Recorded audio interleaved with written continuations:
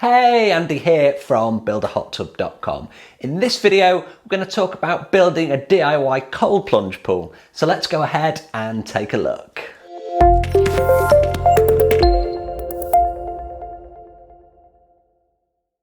Okay, so I'm the DIY hot tub guy, so why am I talking about cold plunge pools? Well, the process of building them is actually quite similar. I've had a number of customers recently that have wanted to build a hot tub and next to it a cold plunge. So I thought I'd do a video just to explain, exactly how you can build a DIY cold plunge pool. Now, the method that I'm going to talk about is not a $500 method. This is how you build a proper cold plunge pool, something that you would find in the likes of a day spa, where you're going to have hydrotherapy pools and that kind of thing. This is the kind of quality that I want to talk about on this video. As I said, this isn't a glorified ice bath or anything like that. This is a proper system with pumps, filters, chillers, that kind of thing, and this is what I want to concentrate on this video. Now, before I get going, this is a great opportunity as always to say please do subscribe to the channel. It gives me loads of motivation to put these videos out. I put my videos out twice a week, and if you hit that bell notification, you'll hear when my videos go live. And I put a bunch of shorts out as well, so there's loads and loads of free content focused around building DIY hot tubs, plunge pools and cocktail pools, and of course cold plunge is what we're going to focus on this video. Okay, so the first thing that you're going to have to think about is the size. Seems pretty straightforward. However, you've got to think with a cold plunge that it's not really I'm going to say a sociable pool. This isn't somewhere where you're going to be sitting around with friends having a drink. That's not really the whole idea of a cold plunge. Now, I'm not going to go into the health benefits. That's not my bag. I'm the hot tub guy. I like a nice hot tub, not really a cold plunge. However, if you were going to build one, think realistically how many people are actually going to be in there at any one time. It's probably going to be one or two, so you're going to make it smaller. The smaller it is, the less volume of water you're going to need to chill, so it's going to actually be cheaper to run. The other thing that you need to think about is, are you really going to sit in a cold plunge? So with a hot tub, you sit in a hot tub, you relax, you enjoy the jets, have a drink, that kind of thing. But a cold plunge is different. You're going in there for the health benefits, to shock your body. And are you really going to sit, or is it going to be more of a standing experience? So if that's the case, then you're going to need to make it deeper. You're probably going to need to think about some steps in, that kind of a thing. And it's probably a 5 foot deep kind of a pool, rather than the 3 and a bit foot that we use for a hot tub. So something to think about in terms of the size and the layout. How big, how many people, and do you really want to sit, or is it a stand-in thing? The next thing that we're going to think about with a DIY cold plunge pool is the type of wall construction that you're going to use. Now, with our hot tubs, we can use any of the block build, block cavity, ICF block, poured concrete forms, and this is no different for our cold plunge pools. Now, what I said at the start of this video was this isn't a $500 method and it's glorified ice bath. We want to be making a kind of a tiled, block built or concrete poured kind of a plunge pool, proper spa quality, not a makeshift ice bath. That's not what we're after at all. So when you're choosing the method that's going to suit you, think about the insulation. So even with a hot tub, we're always thinking about keeping the heat in. Conversely, with a cold plunge, we want to keep the heat out. So we put exactly the same style of insulation in there.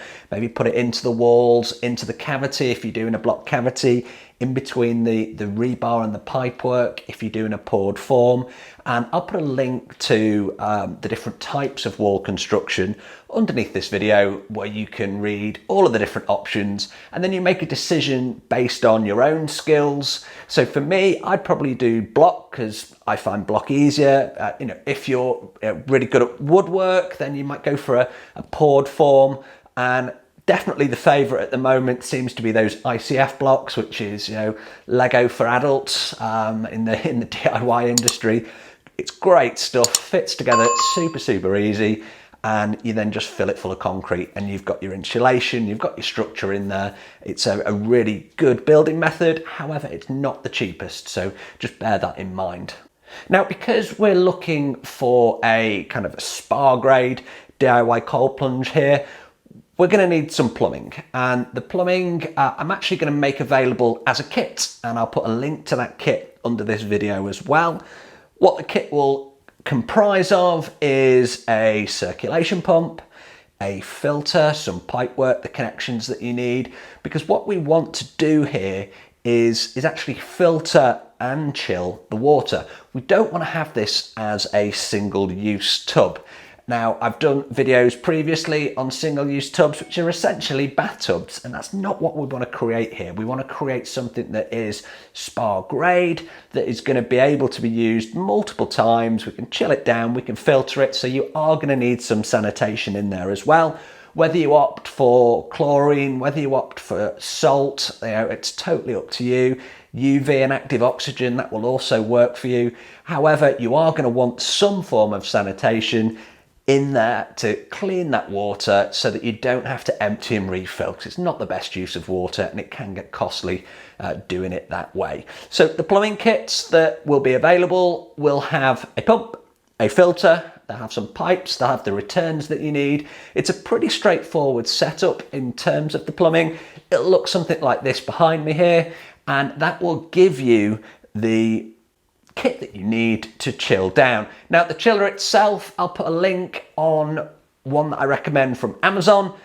Really simple and easy to use. I don't want to supply the chiller. You can buy those nice and cheap on Amazon yourself, so you can use the link that I'll put underneath this video. That just drops into the kit, and again, it works to create a more professional cold plunge pool. We're not talking glorified ice bath, we are talking spa grade, as I keep saying.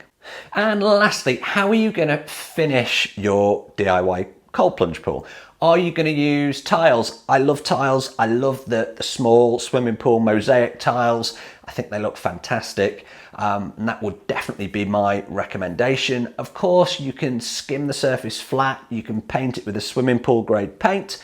You can paint it with an epoxy paint to give it kind of a smooth, sort of almost like rubbery finish, but it's not rubber, if you know what I mean. It gives you a nice, smooth, shiny surface that is waterproof if you're using that epoxy paint. My recommendation, as I said, would be those mosaic tiles. When you are using mosaic tiles, just remember to use swimming pool grade grout adhesive. That will make sure that they're not going to lift off over time. Wet room and bathroom is not good enough quality in terms of that adhesive and grout. Those tiles will lift off over time if you use that, so make sure it says swimming pool grade on there. Now, as always, if I can help you with your DIY cold plunge pool or a hot tub or a cocktail pool, then please do get in touch.